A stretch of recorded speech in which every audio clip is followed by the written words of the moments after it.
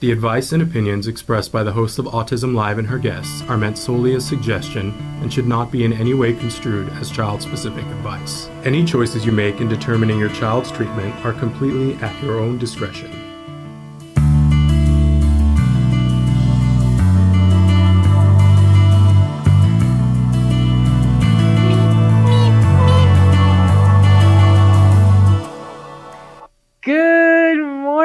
And welcome to Autism Live. I am Shannon Penrod, and I am a proud pony.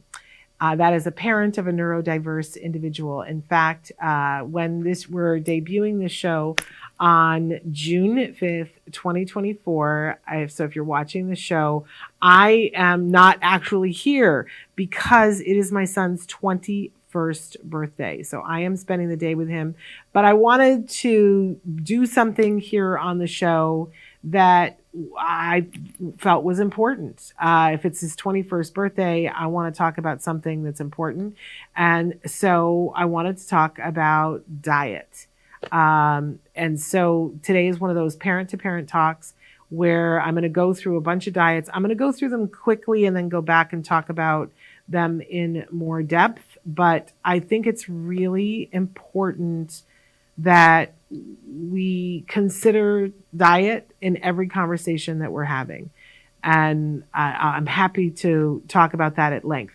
But let's start by, first of all, welcoming you. We do like interaction, and I will look at the comments later. I'll look at them tomorrow because today I'm with my son and I'm not even going to turn on internet. But we're premiering right now on Facebook, on YouTube, on Twitter. Chris is going to start to show you on the screen some of the different ways that you could participate. You can be talking to each other, and as I said, I will go in and look at comments later on. If you want to say happy birthday to my son, you can. I will show them to him later on. We've got a full day planned, and then we're going to the theater this evening for a Broadway show, but here in Los Angeles. So it's not really Broadway, but it's Broadway. And then a bar. We're going to a bar. I don't drink, but we're going to a bar. So there we go. It should be hilarious. I will be the designated driver. All right. But anyway, so write in comments if you want to say happy birthday to my son. Don't forget, we're live on Facebook, YouTube, Twitter right now, and then later on the show will be podcasts for perpetuity so that I can embarrass my son when he's 38. Show him the video where we talked about going to a bar when he's 21. I don't know how that would embarrass him, but anyway. When you download us, because we're a free podcast wherever you get your podcasts, but there is a cost that happens when you download. It's free to you, but there is a cost. That's why we have sponsors. And so you will hear advertisements on the podcast. I hope you will embrace them with your full heart because that's what's making it free for you. However, if you would like to experience the podcast without ads, we have a way for you to do that as well by going to glow.fm/autism live. When you go there, they will put your credit card and $5 a month. They will exchange that for an ad-free version of absolutely everything that we put out from Autism Network. That's everything on Autism Live, everything on Ask Dr. Doreen, all the newer podcasts. It's absolutely everything, and you get it ad-free automatically. glow.fm/autism live. Okay. So there is all of that. Let's start to talk about diet, shall we? Because this is a pretty key thing. Let's go ahead on to our next slide there. We have to do a disclaimer here because, obviously, I am not a doctor or a nutritionist. It's important to do your own research and talk with your medical professionals, of course. Everybody is different. There is no one perfect diet for everyone. I have parents often at a conference, they'll say, okay, I can only do one diet. What is the only, what's the one diet? And I don't like how there is no one diet that's good for all of us, right? Anyway, so, and then I'm really blind today. I need you to full screen it for me again, Chris, because I have no idea what the fourth disclaimer is.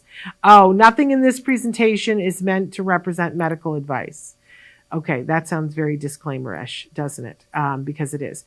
Right. This is a parent-to-parent talk. Just to be completely clear, that's what it's meant to be. When we do parent-to-parent talks, it's meant to be like if we were sitting and having coffee and I just have had an experience, I'm going to tell you what it is. You tell me what your experience is, and then you decide what you're gonna do. So not a doctor. Don't even play one on the internet. Yeah. But we've been through a bunch of different diets with my son and with myself, because I have a significant amount of gastro issues and plagued my life. So anyway, we're going to talk about these diets and see why they may or may not be of interest to you. So let's head on to our first one. So, and this is also a basis for everything that we are going to talk about in this. So I said food for thought. That I love. Lisa Ackerman from Taka is the first person that I ever heard say this. And I didn't understand what she meant the first time she said it. She said, garbage in, garbage out. And basically what that means is let's have some consideration of what we're putting into our bodies and into our children. Because if we expect high level things to come out, then we would only put high level things in, right? Because nutrition matters. And I stand by this. What you digest does affect what you think, how you communicate, learn, react, feel. It absolutely does.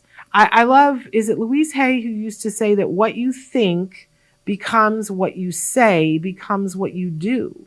What you think becomes what you say, becomes what you do. So your thoughts have an effect on everything that you do. And I remember thinking, that's a powerful, powerful statement, right? But how about what you ingest? What you put in your mouth and swallow also has an effect on what you think, what you say, what you do, how you feel. And I remember that there was a time and a place when my son was diagnosed, and this was hotly debated, because it gets hotly debated like every 8-10 years, right? And a lot of people, the first books, Karen Sorosi's book came out about diet and the gluten-free diet, and then Jenny McCarthy said something about diet. And I remember somebody that I had previously really respected said, that's ridiculous. That, what the type of bread that you eat has absolutely nothing to do with this child's autism whatsoever. And I loved that Jenny McCarthy came back and said, how could you make a sweeping statement like that? Who are you, a man of science or not?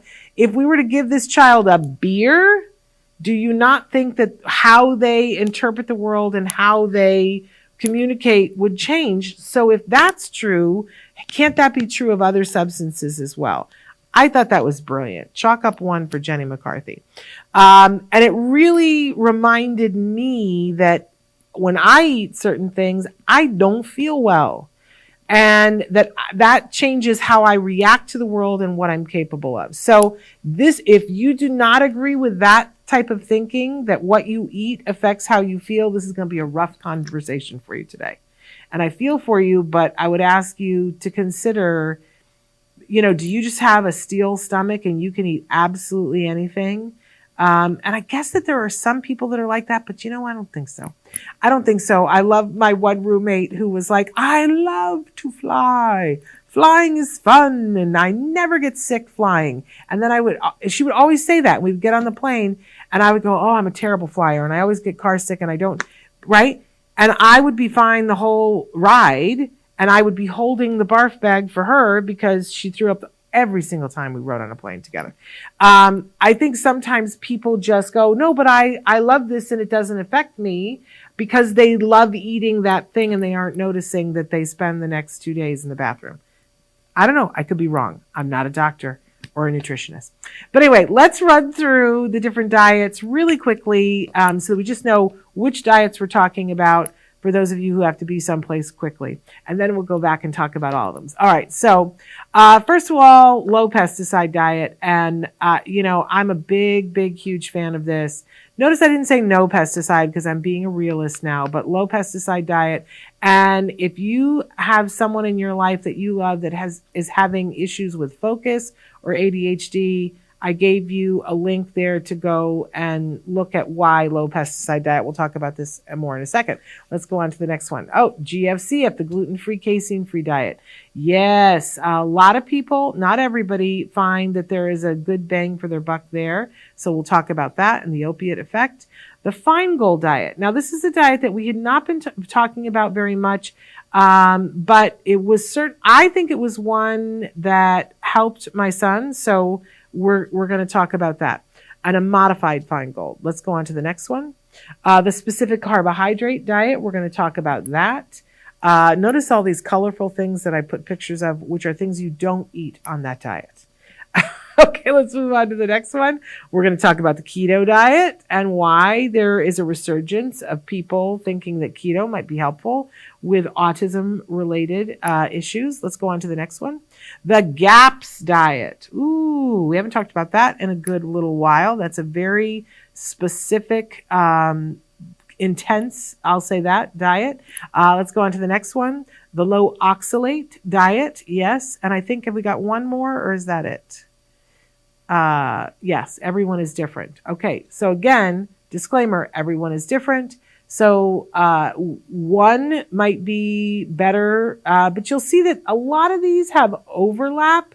And then there are a couple of standalone in different diets where there are specific things that you have to eliminate that you wouldn't with the other ones. So let's go all the way back now to the low pesticide diet. Let's talk about this because this makes me full on crazy that I didn't know this at a certain point in time in my life. What you see on the screen there, I suggest taking a screenshot of it. This is an overview for a whole bunch of studies, and the date on it, I think, is 2011. That there were a bunch of studies that came out, and so this is an overview of all the studies that came out showing the different degree that pesticides have on ADHD and autism behaviors.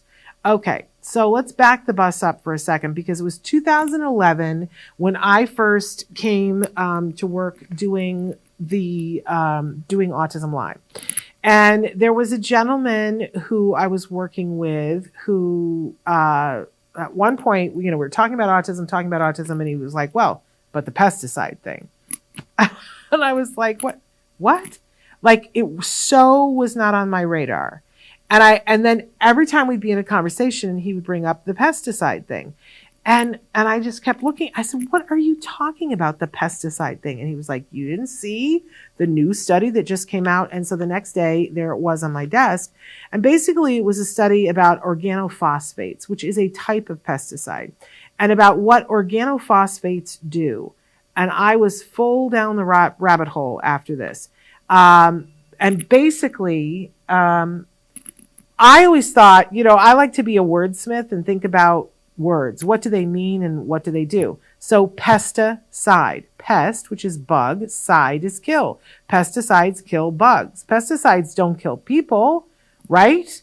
Because if they did, there are some pesticides that kill people and they have the big, signs on them with the skull and the crossbones and it's poison, and we would never feed that to a child, nor would we put that on a vegetable or a fruit and give it to a child, right? Everybody knows this. That would be barbaric. That would be inhumane.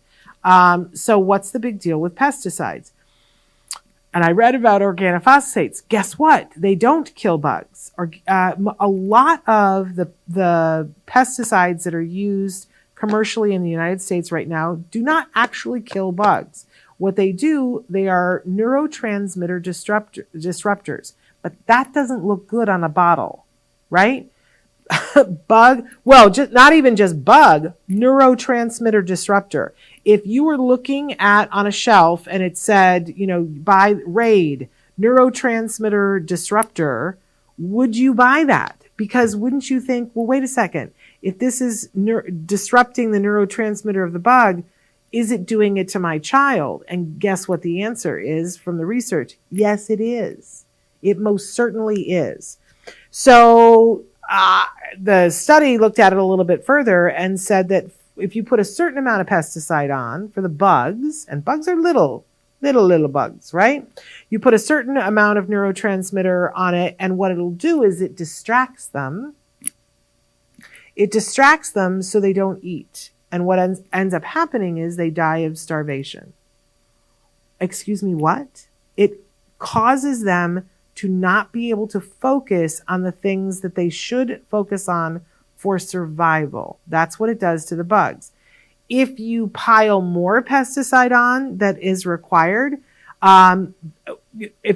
first of all, you put a little bit on, it's going to disrupt them. You put a little bit more on and it makes them hyperactive. It makes their legs move more so that they are even more distracted and they die quicker from the starvation. Oh, excuse me?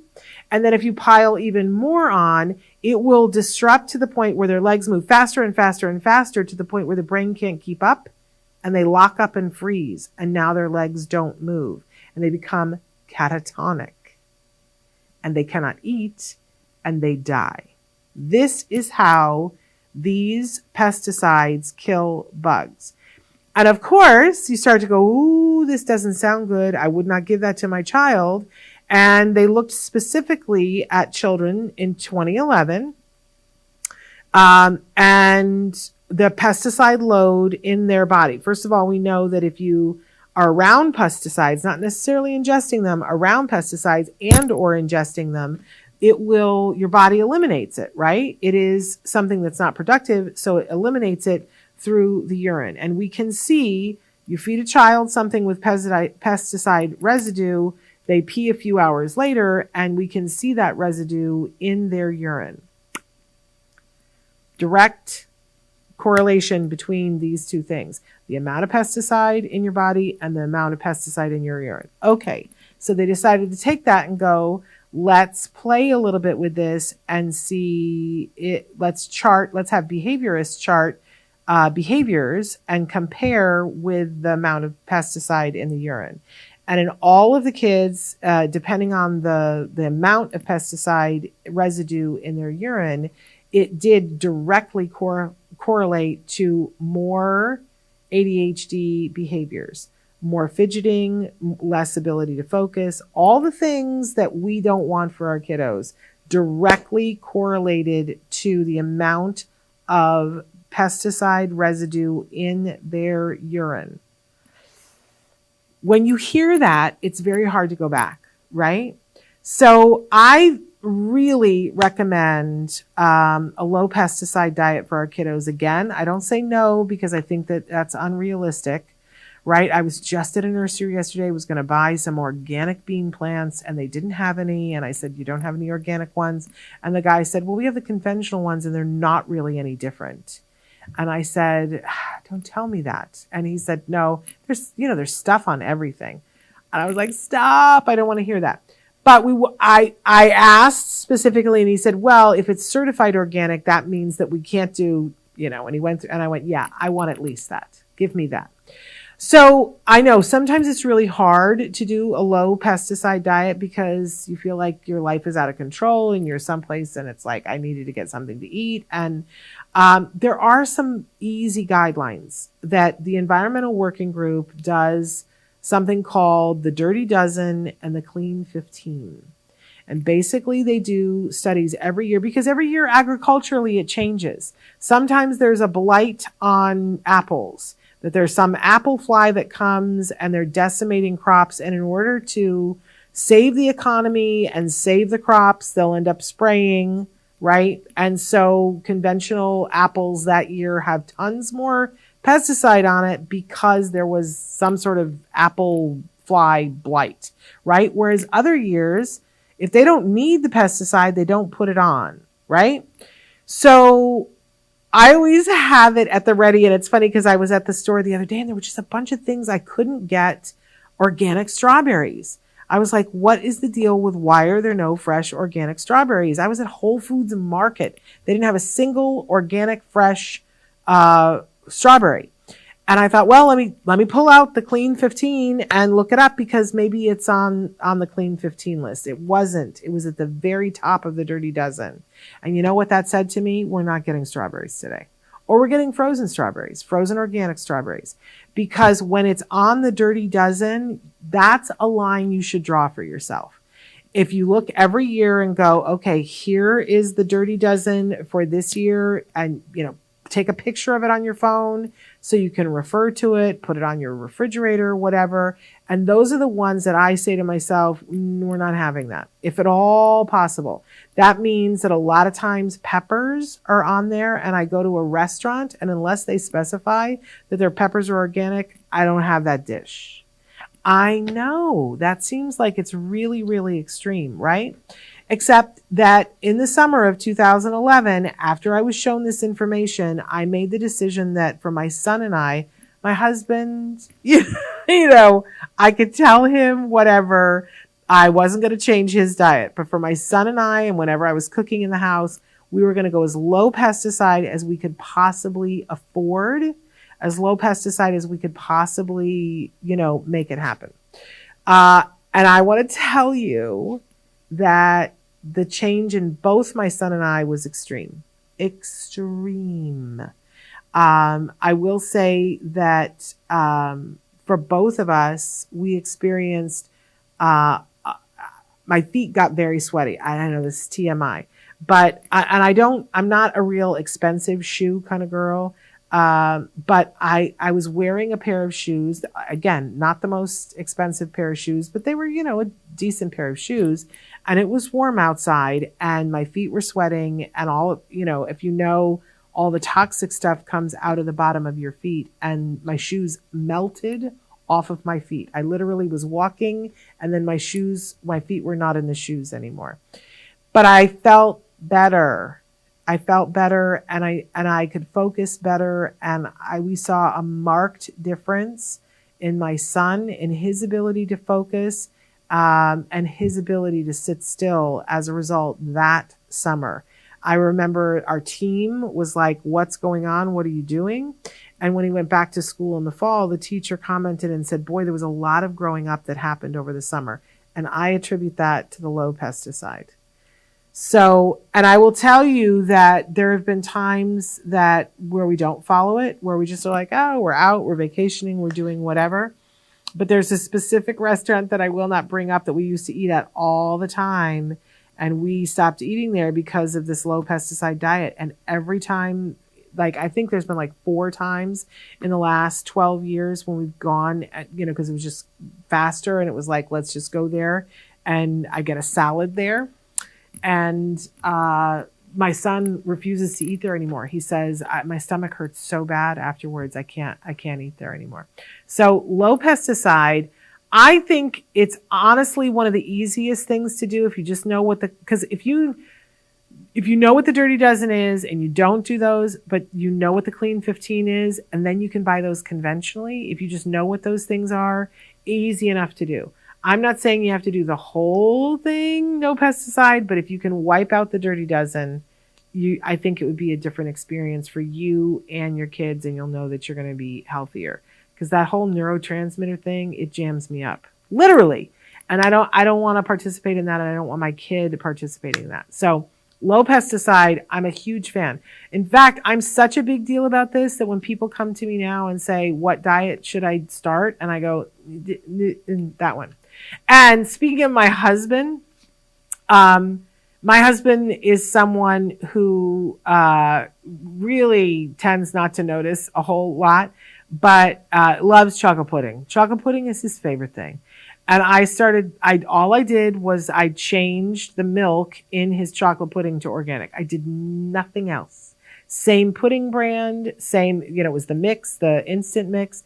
All I did was change the milk. I didn't change the percentage on the milk. I just changed the milk to organic. And my husband was like, what is up with the pudding? Why does the pudding taste so much better? And I was like, really? Really, does the pudding taste better? It's organic. And he was like, stop it. You're kidding me. That is crazy. And by the way, organic milk, if you're doing milk, it stays like you think it's a mistake. You go to buy the milk and the date that it says on it, you're like, it can't possibly be. It's like 2 months from now. It stays fresher longer. There you go. Tell me why we have the pesticides. I don't know. Okay, let's move on to the next one. Let's talk about the GFCF, because this is the next one that I usually bring up to people and go, okay, if you're interested in diet, I tell them, let's get as low pesticide as possible. And then definitely this one and probably the next one are the next things that I talk about. So gluten-free, casein-free diet. And really what we're talking about here is something to prevent the opiate effect. That if you look at a slide, I can't believe I'm going to say this. If you look at a slide of a peptide of gluten and a peptide of casein and a peptide of opium, they look almost identical. There's just like one little part at the end of the peptide that is slightly different. So sometimes there is a syndrome called leaky gut syndrome, which means that there is a part of the protein in the gluten and in the dairy that doesn't get fully processed in the body. And goes directly into the bloodstream in a way that we wouldn't ideally love, and we get this opiate effect. So what does this mean when you're feeding a child things like pizza with that has gluten in the crust and cheese in the casein in the cheese? Well, again, if we went back to a child and we took a 2-year-old baby and regularly were feeding them beer, how would we expect that to affect their ability to add language? Because language, in the way that it is typically developed, it's kind of like osmosis, right? That the child's in their environment and they're just picking up sounds and they're interpreting sounds and they're trying out sounds and they're realizing, oh, I can say cookie and I get a cookie, right? For most kids in that typical development arc, we're not doing a lot of, this is a cookie, say cookie, right? We tend to do that with our kiddos who aren't picking it up through osmosis. But if you think about that, if you gave someone an opiate effect so that they were a little bit fuzz, a little bit buzz, a little bit, I don't really know what's happening, it would be hard to pick things up through osmosis. So I can only tell you that when my son, first we started him for 1 week on the gluten-free diet, and then a week later we started him on a casein-free diet. And again, that means you're not going to be having milk. So casein is more than just milk, but it means you're not going to be having dairy products, almost all dairy products. And some things that don't appear to have dairy have casein in them. Strange things that you wouldn't expect, like sometimes a juice box has a small amount of casein in it. I know. Who decided that? But so what's the point? Why would you do gluten-free, casein-free diet? The bang for the buck is that a lot of us saw that our kids became more aware, that they were a little bit less. I used to say that my son was like a happy little drunken elf. Right? So he was a little bit more aware. He was sharper. That led to him having an explosion of language that was not happening while he was on gluten-free, casein, free diet. The other thing, oddly enough, because I am allergic to wheat, and when I have wheat, I'm like a child throwing a tantrum. I am mad, and I cannot tell you why I'm mad. I guess it's more like a meltdown. I'm upset. I know now as an adult when I've had an infraction and I'll go, I don't feel right. I don't feel right. And I can feel like my temperature goes up and it feels like there's hackles underneath my arm that are pushing up. And I am mad about everything, right? That's how I am on gluten. So I expected that the gluten was going to take away the tantrums for my son because he was throwing these wild tantrums. I didn't find that. I'm going to tell you that I found the exact opposite, that the casein, getting rid of that, helped with the tantrums. And that's really interesting because a million years ago, and I think it was 1984, 86, Dr. Phil Donahue did a show way back when, but I remember seeing it. It made the national news, I think because it was a little bit bordering on unethical. There were a group of parents that had their kiddos, and they knew that their kids were milk sensitive. And of course, this was, got milk. Everybody's pushing milk all the time, 24/7, and you have to feed your child tons of milk in order for your child to grow good bones, all this stuff, right? And a group of parents were saying, except that milk is not good for all kids. And so they went on the Dr. Phil show, having told Dr. Phil this. The kids were all sitting there. The kids are all happy. They're up on the stage. Everybody's being interviewed. The parents are talking about what they're talking about. Then they went to a commercial break and they gave all of the kids milk, and they knew that these kids were milk sensitive. Now, this is the questionable ethical part, but the parents decided to do it, and the show decided to do it to show the world what a milk reaction looks like. And it's worth looking up on YouTube. It is, but it's upsetting because the kids are inconsolable. They're having meltdowns, and it's pretty instantaneous because they went to commercial, had the milk, you come back, and the kids are all crying, and you can't fake that. You know what I mean? But it was really eye-opening to a lot of us back in the 80s. We were like, oh, well, milk isn't necessarily great for everyone. I definitely saw with my son that if he had a milk infraction, we were having tons and tons and tons of behaviors. Now he's older, he's an adult, and sometimes he chooses to have gluten and casein. But he will tell you if he has too much dairy that the stomach area is not his happy place. Now, so as an adult, he can tell you that he's like, I got a little agita, I had some cheese, not feeling the best right now. And he can make that choice for himself as an adult. But what does that look like in a child? So if a child is having those kinds of feelings, maybe they're having a meltdown as a way of saying, I don't feel good, right? So I really think that it's worthwhile to try the gluten-free, casein-free diet, but here's some of the things that you need to know. I said yesterday or day before yesterday that gluten-free doesn't mean healthy.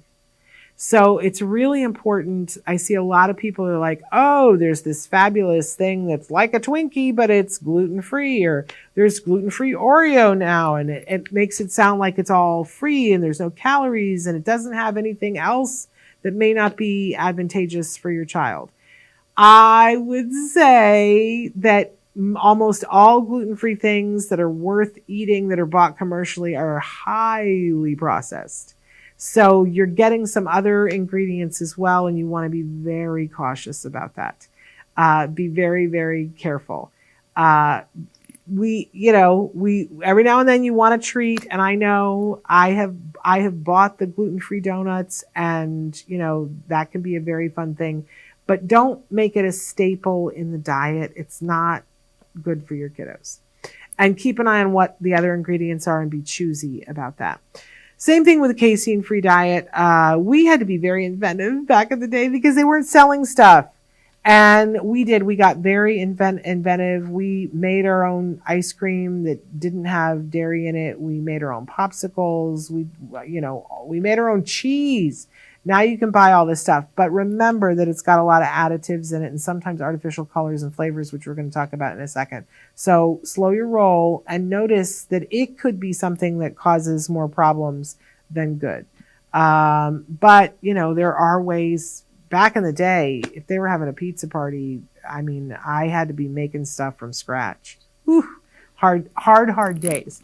But I see a lot of people now that are just living on this gluten-free, casein-free stuff that a lot of it is not, it's not ideal. It's not nutritious. So be careful about that. We want good nutrition at the end of the day. All right. And you can be on a very nutritious diet on gluten-free, casein-free. Just it's not the processed stuff. All right. Let's talk for a second about Finegold. Finegold, one of the big tenets of this is that artificial colors and artificial flavors are bad for your child. And I really think that's true.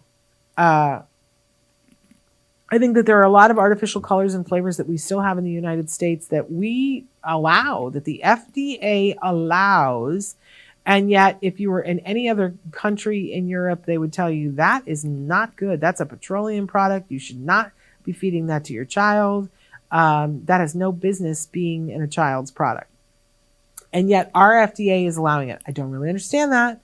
But you have a choice. You don't have to buy the stuff. And I think in the beginning, when a parent is talking to me about what should I try diet-wise, I always say, please start with removing all of the artificial colors and flavors and get your child as low pesticide as possible. I say that before the gluten-free, casein-free diet all the time, because to me, I really honestly feel, and I'm someone who's saying that I feel that the tantrums were reduced by the casein-free diet and that language was increased by not having the gluten. And yet I'm going to tell you that I think the pesticides and the artificial colors and flavors were the first most important thing to do. And part of it is, I think that if you get rid of the artificial colors and flavors first, but while not taking away other foods from your child, you'll get better buy-in from your child because they'll start to feel better and they'll be less triggered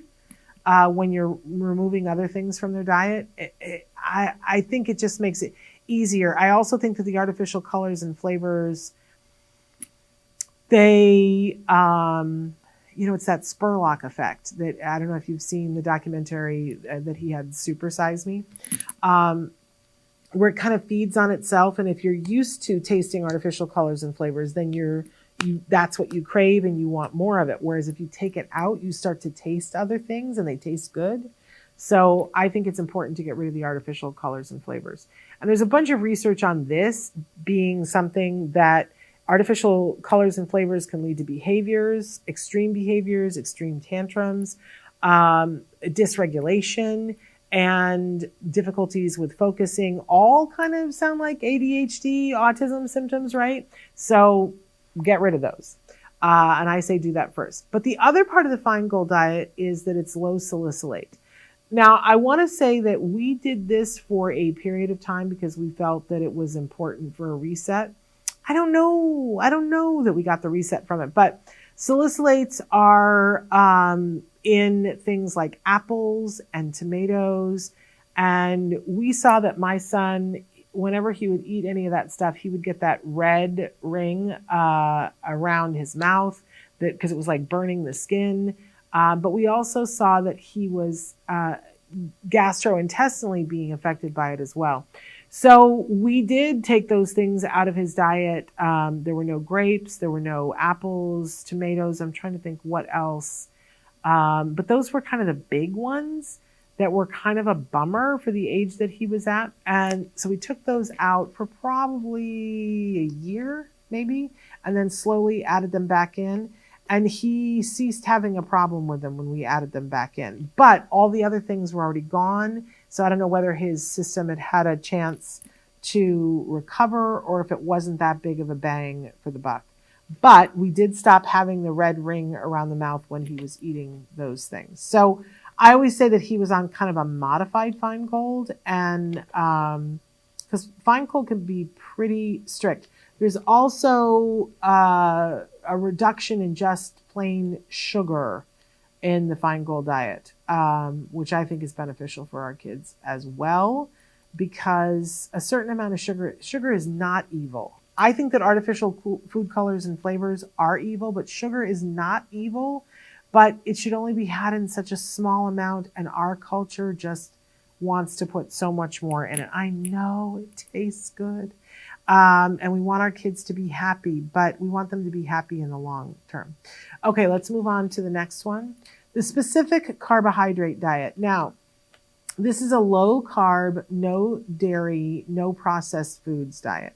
So after we went gluten-free and casein-free and we were on the modified Finegold, we found that we got to a place where we were stuck. And my son was still having a lot of gastro issues. We had made a certain amount of progress, but we kind of had flatlined. That everything that they were doing with him, he was maintaining beautifully, but he had been soaring. He'd been learning so much so quickly. And then it just kind of, we weren't losing anything, but we wanted more. And we came to understand that our son, he still was in that mode where he would just burst out laughing over nothing. And on the one hand, you go, well, I want my child to be really happy, but I mean, like literally like drunk, like sitting on the floor, and he would keel over and laugh. And I started asking questions about yeast and yeast overgrowth. And we eventually arrived at the specific carbohydrate diet. Now, it's not the only yeast buster protocol, and we were doing other things for the yeast as well, but really brought home to me, we were at the pool one day because there was a pool in our HOA. And one of the things that I would do to get my son to get out of the pool is that I would talk about what we were going to have for dinner. And I said, okay, 5-minute warning, because we're going to go home and we're going to have, chicken. We're going to have chicken tenders that I would make myself, that were coated in, a gluten-free breadcrumb, and then fried up. And I said, so we're going to have, chicken fingers, and we're going to have mashed potatoes, and we're going to have corn. And because these were all of his favorite things. We were going to have corn on the cob, and it was like one other thing. And the person in the pool who was just a neighbor was like, oh, he likes to eat white things. And I went, what? Those aren't white. I mean, corn is not white. And she was like, well, it is on the inside. Right.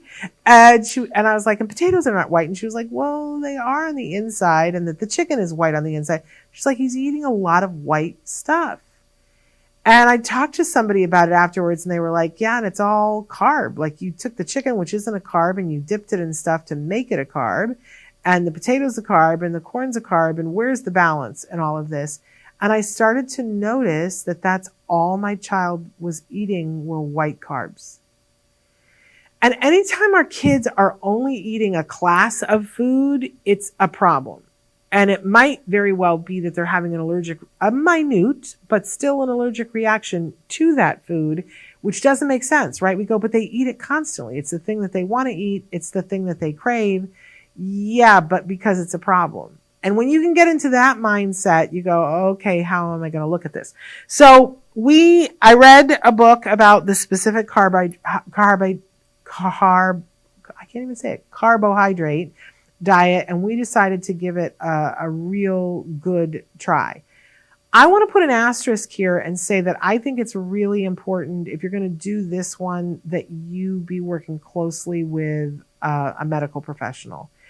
Because I was warned about this, and we did come to the day when my child went into ketosis. And I think that is something that you should be very concerned about. My child's breath was constantly, it smelled like brandy, and his feet smelled really good. They smelled like fresh baked bread because he had so much yeast. But as we got to the point where with the specific carbohydrate diet, we broke the yeast, then I remember there was one day that we woke up and his breath smelled really bad. And that's when you know that the individual is in ketosis. And I do not think we should be having our children be in ketosis. If your medical professional wants you to do that for very specific reasons, that's between the two of you.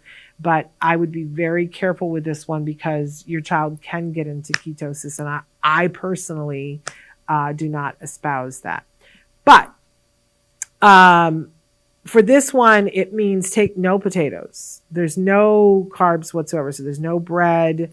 There's no dairy. So in a way, it's already gluten-free, casein-free, right? But it takes it one step further, and you would not be having anything that's processed. You wouldn't be having anything that's sugar. You wouldn't be having anything that has artificial colors and flavors, because that would mean that it was processed, right? So it was a lot of eating whole food things. In the beginning, for the low specific carbohydrate, there were no rice, right? Because that's a carb, but you can work your way back up to that. So it was a lot of, and not very much fruit either. So it's a lot of vegetables, and it's a lot of meat.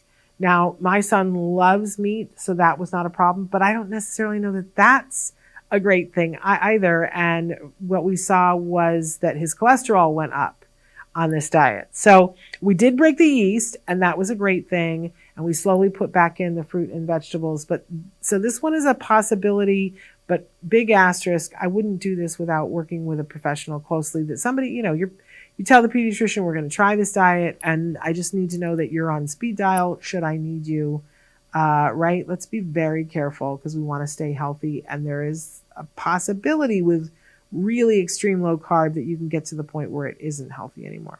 All right, so let's move on. I think the next one is keto. Okay, and keto is sort of like the specific carbohydrate, but it allows dairy. So it's very low carb, including fruit. You would not be having the tart, the picture of there. Now, why do some kiddos get put on a keto diet? And I think it's mostly teens in the past that this has been recommended, but it has been shown to be pretty effective if you have a kiddo who's having seizures. And for those of you who are dealing with seizures, you know what I'm talking about. It's like you would try other things. Now, I would have said to you 2 months ago, I wouldn't do a keto diet with a child who's not having seizures. Because the low carb thing scares me. Your child is trying to build muscle and bone, and being low carbohydrate and high fat often is what the keto diet can end up being, is a little bit daunting for me. But we just had Julie Matthews on the show and saw that there was a pretty big benefit for individuals on the spectrum with a keto diet.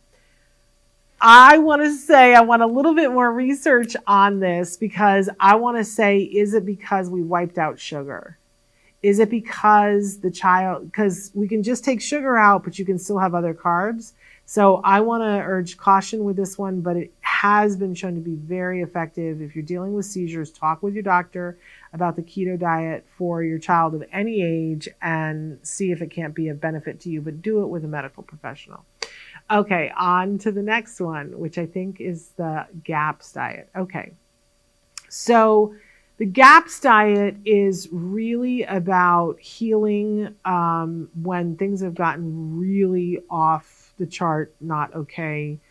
And I can tell you that because I've done the GAPS diet for a period of, I think, like 4 months. Oh my gosh, it's intensive. First of all, it is for the first week to month, it's really a liquid diet of bone broth, and that's it.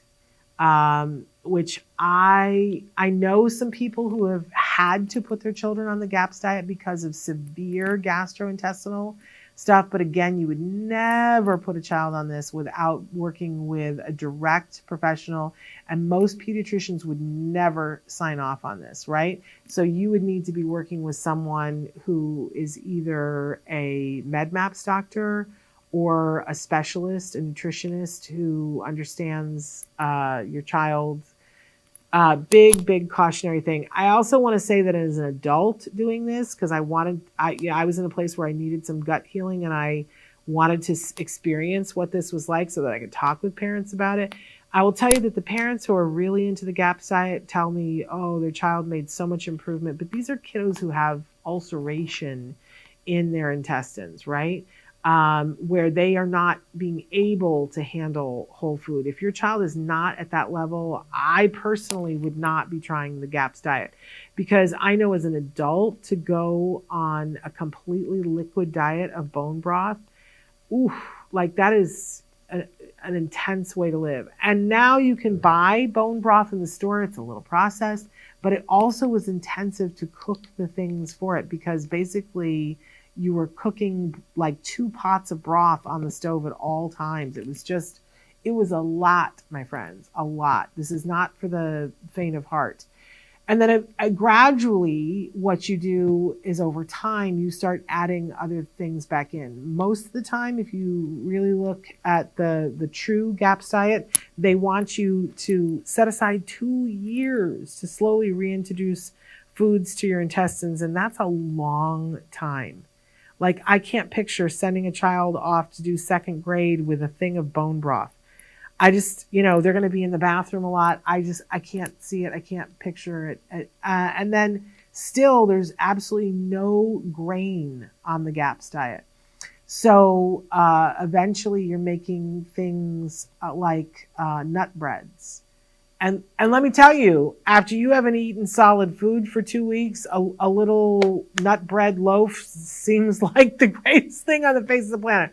I would not do this to a child unless you have severe gastro issues, and then I would be working with a doctor about it, okay? And then I think our last one is the low oxalate diet. And this is the one that I know the least about, only because we have not done this in our family.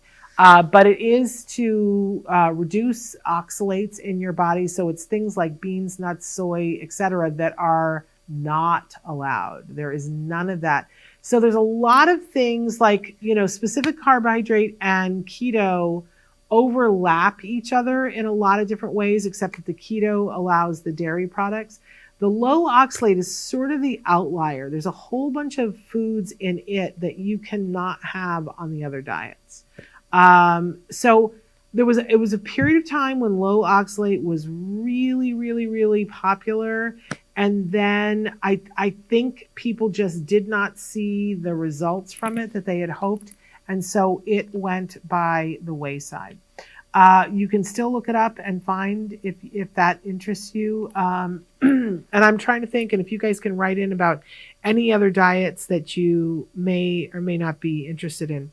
There are plenty of times when, there have been specific protocols for certain things. It's sort of like, the fad, right?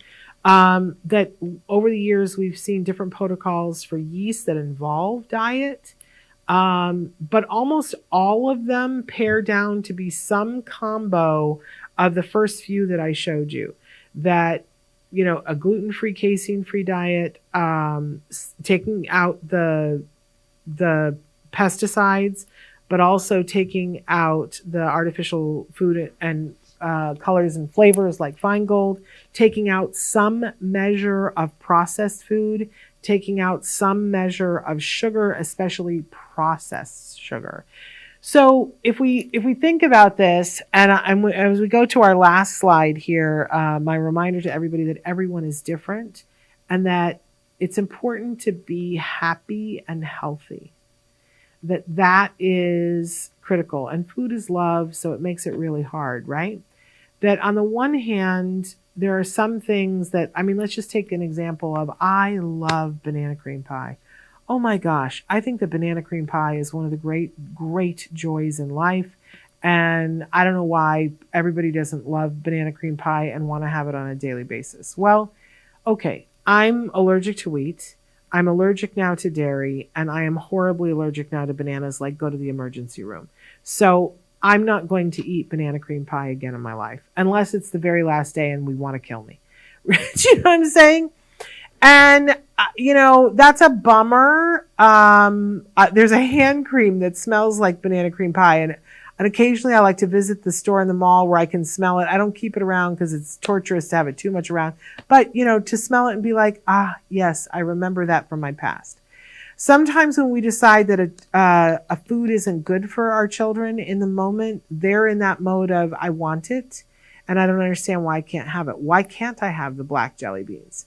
Well, the black jelly beans have this food coloring in it, and every time we give it to you, you are inconsolable an hour later.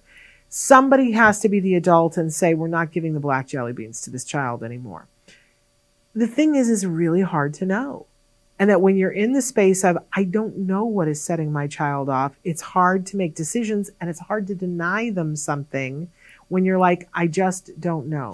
That's why I think it's important to be open and willing to try things in a kind and gentle way that isn't about automatic, overnight, everything is different. So if we start with the pesticide one, your child should not even know that you've done it.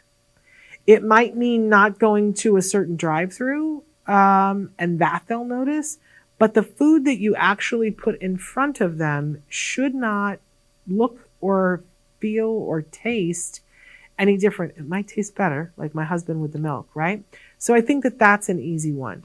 Then the artificial color and flavor, if there are things that your child has been eating that are very specific, like I know everybody's into those yogurts now. Oh gosh. That's a convenience food that your child would eat. And if you are into the yogurts, I want you to look at the yogurt and go, what is in this? And if it's not organic, there's 100% pesticides in it. If it's got sugar in it, like whatever health benefit it was for your child, it's basically empty calories.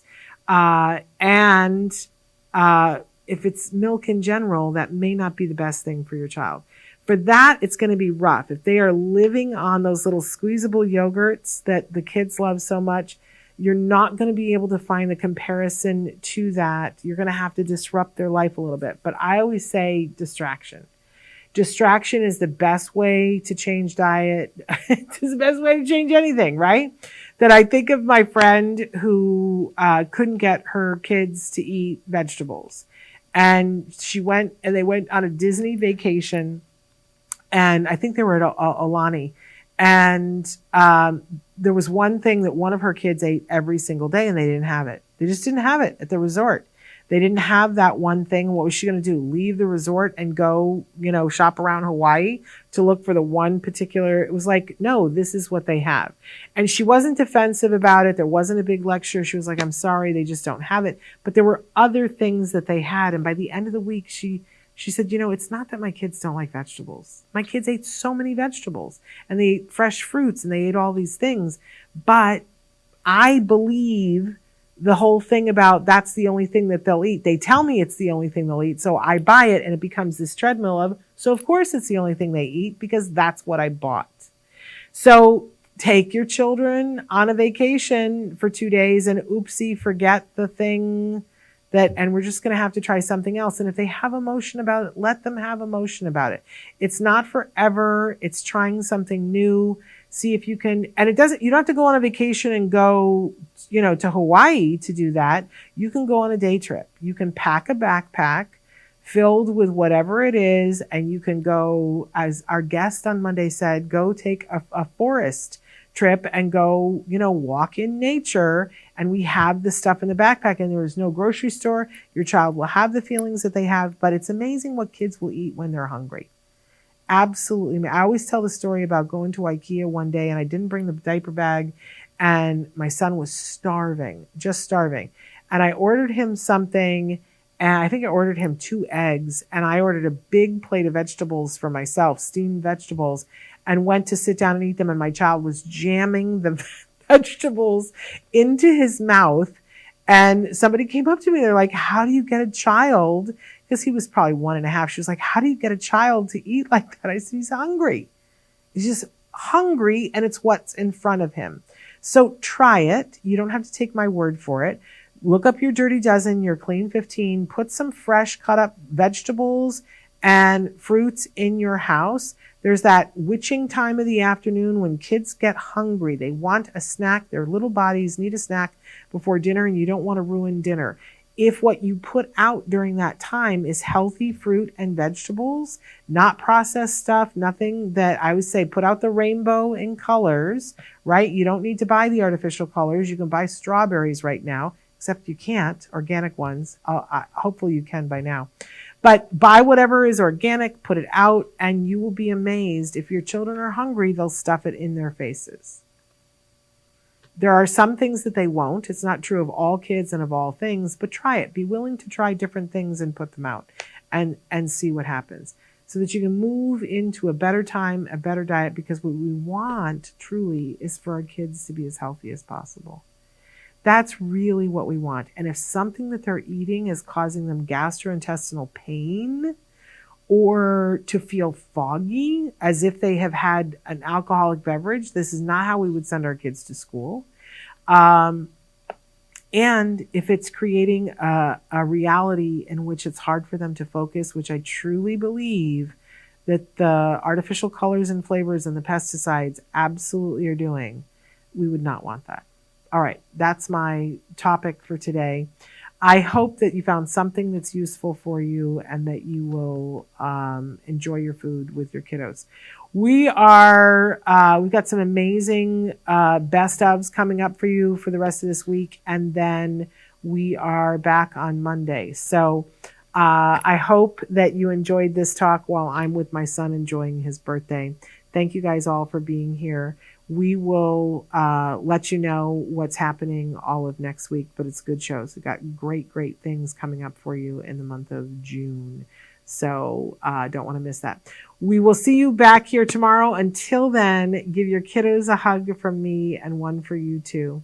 Bye-bye for now.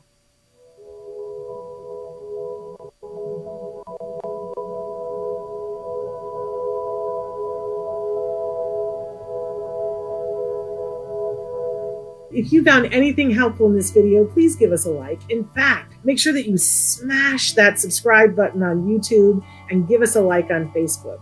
You can also follow us on Twitter and on Instagram for important updates. And please download our free podcast wherever you get your podcasts. Thank you so much. See you next time.